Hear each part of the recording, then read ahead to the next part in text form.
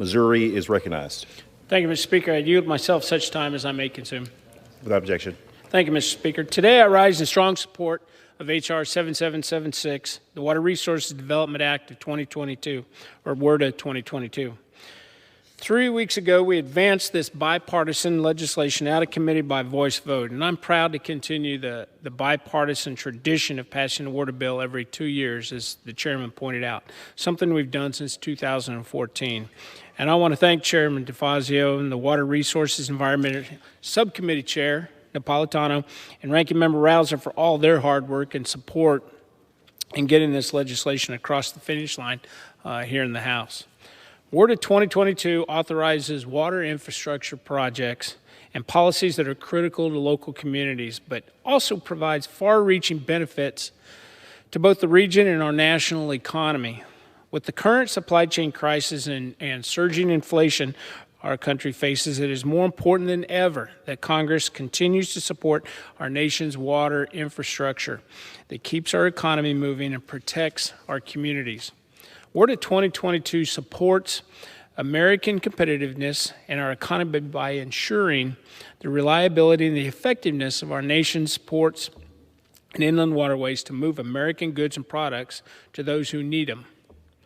This legislation also boasts flood protection for our local communities, such as those in Missouri's 6th District, which is my own district.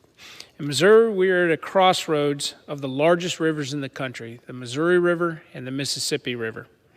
These rivers are an invaluable natural resource that provides drinking water and irrigation and transportation. However, they can also be the source of some very devastating flooding. My constituents are still working to recover and rebuild their homes and their farms and businesses and their communities after devastating flooding that occurred in 2019. I know all too well the consequences when water resources are mismanaged, which is why WRDA 2022 is going to ensure that the Corps remains focused on its core missions and priorities and activities like flood control and navigation. To do this, this bill contains assistance for meeting levee inspection requirements. It examines ways to control erosion on our rivers, and it supports Missouri flood control projects. These and other provisions in WRDA 2022 are going to provide benefits not only to Missourians, but citizens all across the country who depend on water, resources, and infrastructure in their daily lives. I want to again thank everybody for their support in developing this legislation that includes staff on both sides of the aisle. Specifically on my team, I do want to acknowledge the work of my staff director, Paul Sass, for his leadership of the Republican staff on this bill and many other important bills for that matter over the last 3.5 years. At the end of this week, Paul's going to be leaving the committee after more than 20 years of public service on Capitol Hill and all of that time working for me in my personal office or on my committee staff. And I want to thank him for his dedication and his guidance and friendship over the last 2 decades.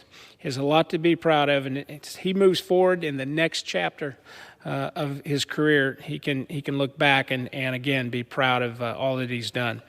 I wish him and his family nothing but the best. And with that, I urge my colleagues to support today's legislation, WRDA 2022, and I reserve the balance of my time.